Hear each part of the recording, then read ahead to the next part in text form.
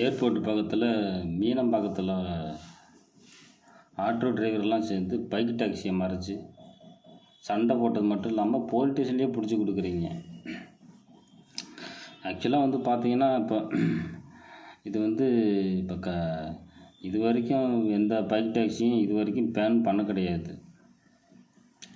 அதாவது ஆரம்பத்துலேருந்தே எல்லா ஸ்டேட்டும் ஓடிக்கிட்டே இருக்குது. இப்போ திடீர்னு இப்போ ஆட்டோக்காரங்க வந்து மறைச்சி இது எந்த அளவுக்கு நீங்களாம் எதுக்கு தான் இதெல்லாம் மாதிரிலாம் ஏன் பண்ணுறீங்கன்னு எனக்கு ஒன்றும் புரியல.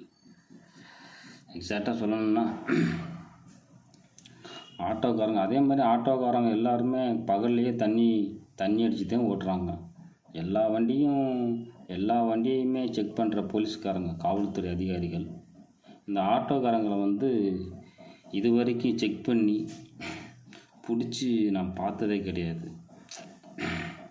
இப்போ நீங்கள் இப்போ பைக் டாக்ஸியை நீங்கள் ஓட்டக்கூடாதுன்னு சொல்கிறீங்க. இது இப்போ ரேபிடோ டாக்ஸியை நீங்கள் ஓட்டக்கூடாதுன்னு சொன்னீங்கன்னா அதுக்கு கேட்டால் நீங்கள் ஒரு ரீசன் சொல்கிறீங்க. என்னடா அது ஓன் போர்டு பைக்கு ஓட்டுறவங்க எல்லாம் ஓன் போர்டில் இருக்குது, அதனால் நீங்கள் ஓட்டக்கூடாதுன்னு சொல்கிறீங்க.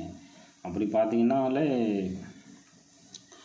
இந்த டெலிவரி ஸ்மார்ட்டோ, ஸ்விக்கி, செப்டோ என்னென்னமோலாம் இருக்குது, அவங்களெல்லாம் பைக்கில் தான் டெலிவரி பண்ணுறாங்க. நீங்கள் பேசுகிறது எல்லாத்தையும் பிடிக்கணும், எல்லாத்தையும் தான் பேசணும். நீங்கள் ரேபிடோ பைக் டாக்ஸி மட்டும் ஓட்டுறதுனால அவங்களால தான் உங்கள் வாழ்வாதாரம் போயிடுச்சுன்னு சொல்கிறீங்க.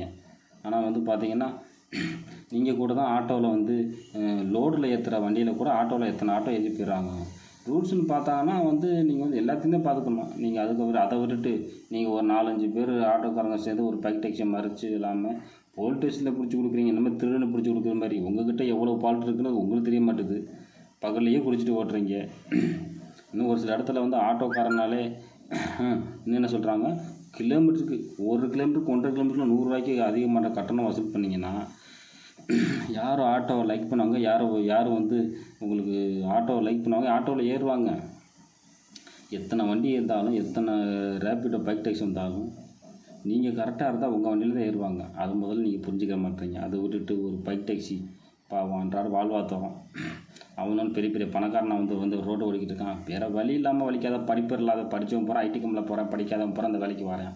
வேறு வழி இல்லாமல் தான் அந்த வேலை வைக்கிறாங்க. அவங்கள போய் பிடிச்சிக்கிட்டு சண்டை ஓட்டுக்கிட்டு கொண்டு போய் போலீஸில் பிடிச்சி கொடுக்குறனால உங்களுக்கு என்ன வரப்போகுது சொல்லுங்கள் பார்ப்போம். உங்களுக்கு தெரிஞ்சவங்களே எத்தனை பேர் பைக்கு ரேபிடோ கால் டாக்ஸி ஓட்டுறவங்க இருக்கிறாங்க. அதெல்லாம் மனசில் வச்சுக்கிட்டு சண்டை போடாதீங்க. எல்லோரும் நம்ம ஒன்றுக்குள்ளே ஒரு செட்டுக்குள்ளே இருக்கிறோம். மற்ற ஸ்டேட்டில் ரேபிடோ பேன் பண்ணலாம், எல்லாத்தையும் ஓடிக்கிட்டு இருக்குது. இங்கே தான் இந்த இதெல்லாம் பண்ணிக்கிட்டு இருக்கீங்க. ஆட்டோக்கார நண்பர்களாக தான் உங்களை பார்த்து சொல்கிறேன். நீங்கள் ஒரு விரோதியை பார்க்குற ஆட்டோக்கார நண்பர்களாக நீங்களும் ஒரு நண்பர்கள் தான். அதனால் சண்டை போடலாம் ஒன்றும் பிரச்சனை கிடையாது. புரிஞ்சுப்பேன் நினைக்கிறேன். சண்டை போடாதீங்க. பைக் டாக்ஸி ஓடினா ஓடிட்டு போட்டுமே, உங்களுக்கு வர சவாரி வருங்க. அதனால தான் உங்கள் வாழ்வாதாரம் போயிடுச்சுலாம். அதெல்லாம் நம்ப முடியாத காரியம். யோசிச்சு பாருங்கள், உங்களுக்கே தெரியும். தேங்க்யூ.